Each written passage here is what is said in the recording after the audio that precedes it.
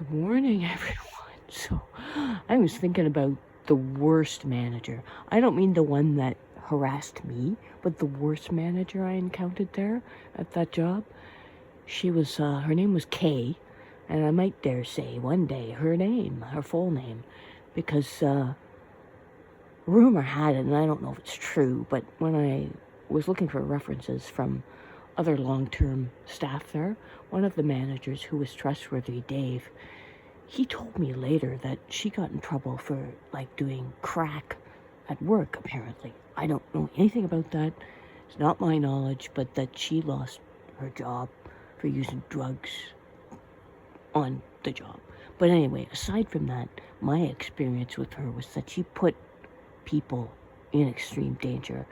She brutalized, terrorized staff and clients.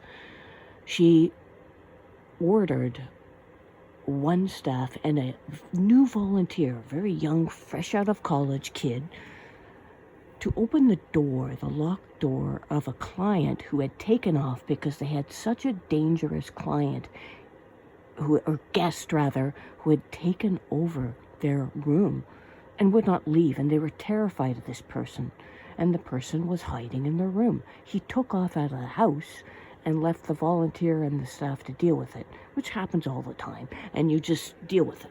Usually you give a person, you got 15 minutes to gather your stuff and get out, or we're calling the police. That's how you handle that. You don't confront people you can't see behind a locked door who might have a gun pointing at you. She ordered the staff and the volunteer, her first friggin' day on the job, some little fresh-faced newbie innocent person who was so naive, they're gonna do this, they're gonna open the fucking door. So these people felt forced to do that. They did that. Thank God nobody got hurt. I don't remember the exact outcome, but she forced them. They said they didn't feel comfortable going in at this time. They wanted to go the normal route, giving the person time to leave. You give them an announcement. You have half an hour to get out, and then we're calling the police. You do not open a locked door with someone behind it. You don't know if they have a fucking bazooka, they have a fucking switchblade. You don't know how many people are in there, and those people could have been killed. So I was on some safety committee thing, and I was in the meeting after that happened, and I brought that to the fore, that was so dangerous, that was so irresponsible, that was so cruel. I didn't say it that way. I was very polite, but I said it was very unsafe. I said I would not have entered. I would have followed a more normal process. And I said if somebody had been killed, we'd be having a very different conversation right now.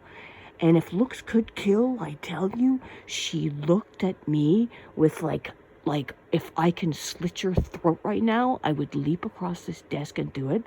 She looked at me and in slow, ominous tone, well, I guess now, in hindsight, and upon reflection, I would have made a different choice, perhaps. And she continued to bore her up into me, and I just held her gaze, and okay, you want to stare? I know how to stare, and I held her gaze until she looked away, because she could have killed people. That bitch could have killed people. So irresponsible. So irresponsible and unprofessional.